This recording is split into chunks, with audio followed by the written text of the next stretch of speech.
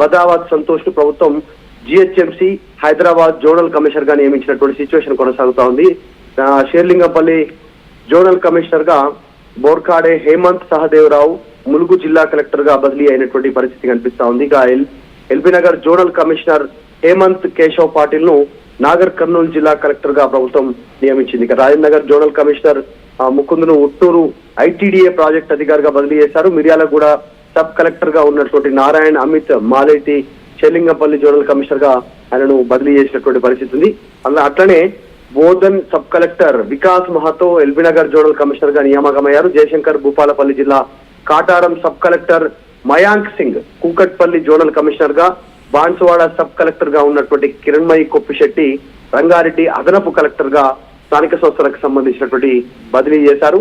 Charminar zonal commissioner గా పనిచేస్తున్న శ్రీనివాస్ రెడ్డిని రాజేంద్ర నగర్ జోనల్ కమిషనర్ గా బదిలీ చేశారు. సో వరుసగా గత కొంతకాలంగా ప్రభుత్వం వరుస బదిలీలు చేస్తా ఉంది. ఐఏఎస్ కావచ్చు, ఐపీఎస్ కావచ్చు. పరిపాలన దృష్ట్యా అక్కడ అవసరం అనుకున్న చోట వీళ్ళందరినీ పదే పదే బదిలీ చేస్తా ఉంది. ప్రతిపక్షాల నుంచి ఒక చిన్న విమర్శ ఉంది. అధికారులను పదే పదే బదిలీ చేస్తే వాళ్ళు ఛార్జ్ తీసుకుని దానిపైన పట్టు తీసుకోవడానికి కాస్త సమయం పడుతుంది. అంత లోపల వీళ్ళు పోయి సెట్ అయ్యే లోపల మళ్ళీ బదిలీలు జరగడం అనేటువంటిది కరెక్ట్ కాదు అనేటువంటి విమర్శలు ఉన్నాయి. కానీ ప్రభుత్వం మాత్రం వరుస బదిలీలు చేస్తా ఉన్నటువంటి సిచ్యువేషన్ కనిపిస్తా ఉంది.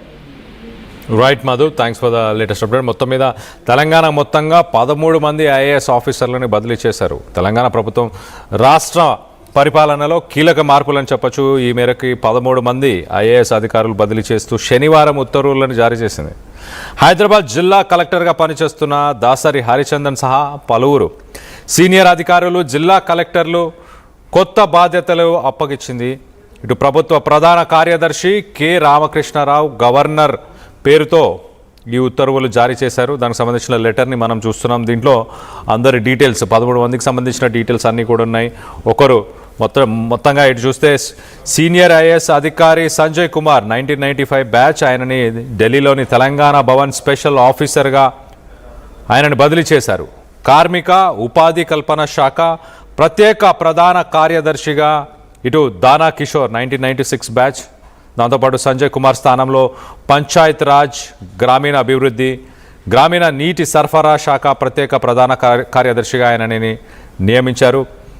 మరోపక్క ఈ బదిలీలో హైదరాబాద్ కలెక్టర్ దాసరి హరిచందన 2010 బ్యాచ్ బదిలీ ప్రధానంగా నిలిచింది. ఆమెను కార్మిక ఉపాధి కల్పన శాఖ కార్యదర్శిగా నియమించారు. దీంతోపాటు రెవెన్యూ శాఖ కార్యదర్శిగా కూడా ఆమెకు పూర్తిగా అదనపు బాధ్యతలను కూడా అప్పగించినట్టు తెలుస్తుంది. మరోవైపు ఖమ్మం కలెక్టర్ అనుదీప్ దురిశెట్టి ఐటీ శాఖ జాయింట్ సెక్రటరీగా బదిలీ చేశారు. గనులు మరియు భూగర్భ వనరుల శాఖ డైరెక్టర్గా Telangana minerals development corporation TGMDC VC and ఎండిగా పూర్తి అదనపు బాధ్యతలు ఇచ్చారు.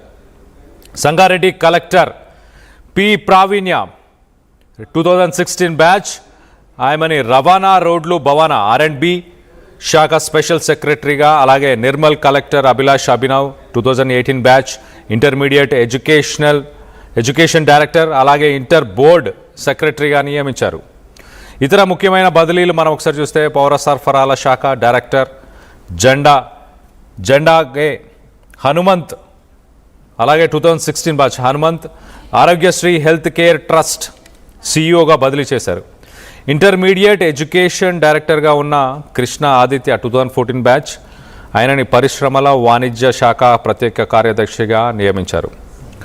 గిరిజన సంక్షేమ శాఖ డైరెక్టర్ బిఎం సంతోష్ 2017 బ్యాచ్ను అదే శాఖ స్పెషల్ సెక్రటరీగా నియమించి డైరెక్టర్గా పూర్తి అదనపు బాధ్యతల్లో కొనసాగేలా ఆదేశించారు. ఈ మార్పులతో మొత్తానికైతే అడ్మినిస్ట్రేషన్లో మరింత స్ట్రిక్ట్గా ముందుకు తీసుకెళ్లే ప్రయత్నం ప్రభుత్వం చేయాలని భావిస్తున్నట్టు తెలుస్తుంది.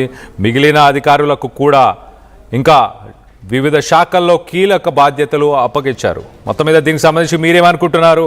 మీ అభిప్రాయాలని కింద కామెంట్ రూపంలో తెలియపరచండి.